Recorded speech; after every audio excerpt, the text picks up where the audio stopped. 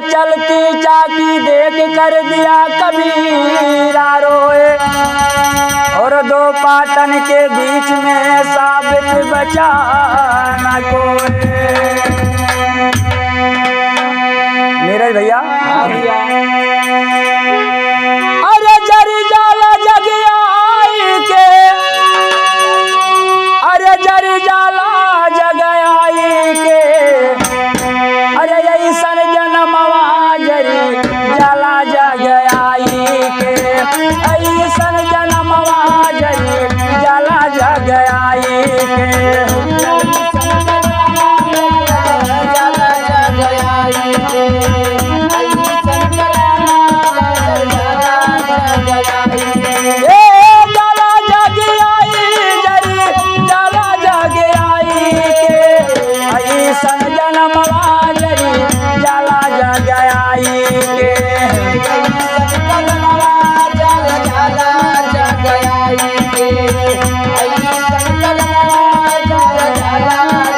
अरे ढाका ढाका मछलियाँ वह गौवा में बिकाई के,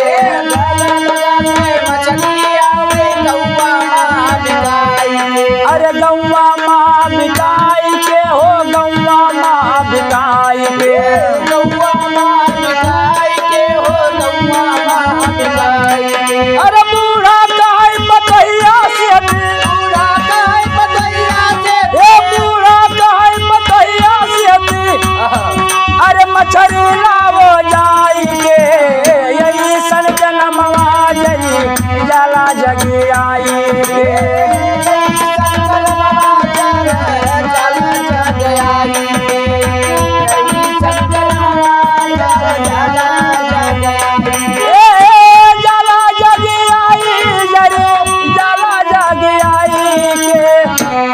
जनमवा जरी जाला जगी आई के,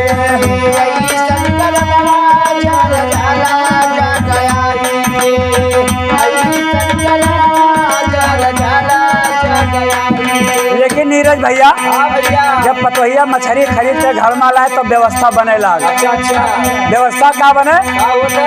अरे हल्दी पीसई, मिर्चा पीसई, सरसों लगाई के,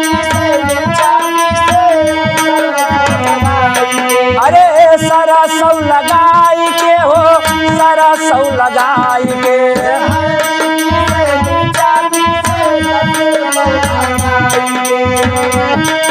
ए चौका भीतर मुर्दारी जे,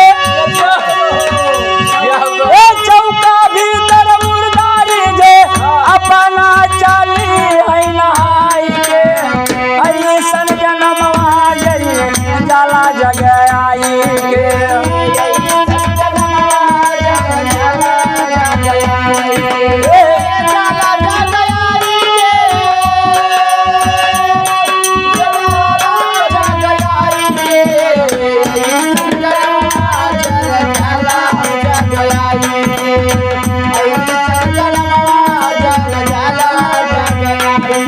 अरे मुड़ियो खाइन पुछियो खाइन बैठी हैया घाई के, ए बैठी हैया घाई के हो, बैठी हैया घाई के।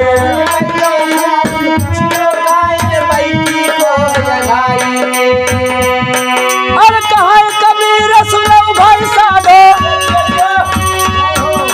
कहाँ कबीर सुनो भाई साधो, मर जाबो पछताई के, ऐसन जनमवा जरी जाला जग आई के, ऐसन